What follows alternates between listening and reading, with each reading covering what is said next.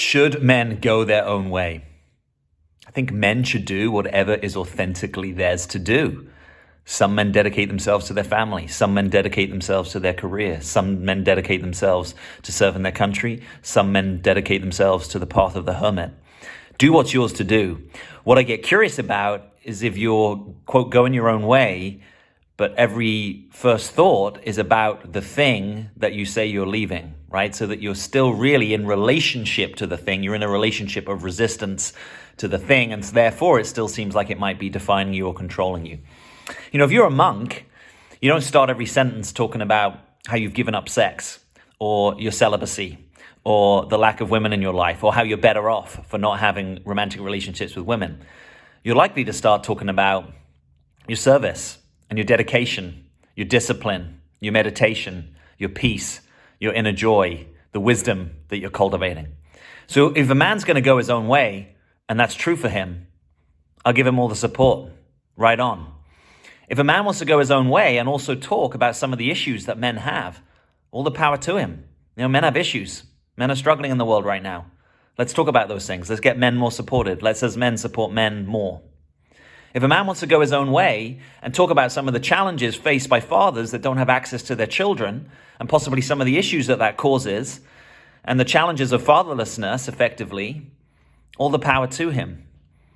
To me, that's a different thing than defining your life by lack of relationship with women. If you really want lack of relationship with women, all the power to you if that's authentically your path. I'm just curious if you need to talk about it all the time and at the same time, perhaps have a lowly view of women. Right? Women, like men, are going to occupy all sorts of roles, personas, wounds, and opportunities. Right? Women are heroes, women are wounded. Men are heroes, men are wounded.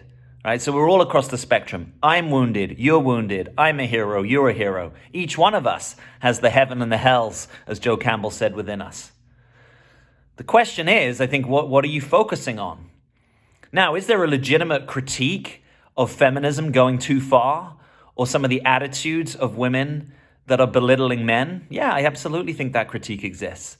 Is there a critique of traditional masculinity that is worth having? Absolutely, there's a critique worth having. Is there such a thing as toxic masculinity? Absolutely. Is there such a thing as healthy masculinity? Absolutely. Is there such a thing as toxic femininity? Absolutely. Is there such a thing as healthy femininity? Absolutely. So all of this stuff exists. If you focus only on a very narrow proportion of it and claim that you've gone your own way, when actually you're just continually defined by the thing that you're saying you've transcended, that might be a point of inquiry, right? If I've quit smoking, there's a time in which I want to tell everyone, hey, I don't smoke, I don't smoke, I don't smoke. But when I've really quit smoking, I don't even need to talk about it. If you've left the Catholic Church and you still start every sentence with the Catholic Church this, the Catholic Church that might be a necessary stage in your development as you differentiate yourself from your Catholic upbringing and heritage. But if you really want to leave the Catholic Church, you get to the point where you have peace with it and you stop needing to talk about it. Are you picking up what I'm putting down here? I think that men need to talk more and give themselves a voice about the things that are important to them, the challenges they have. Is it true that in positions of leadership at large in society, men have been overrepresented historically? Yeah.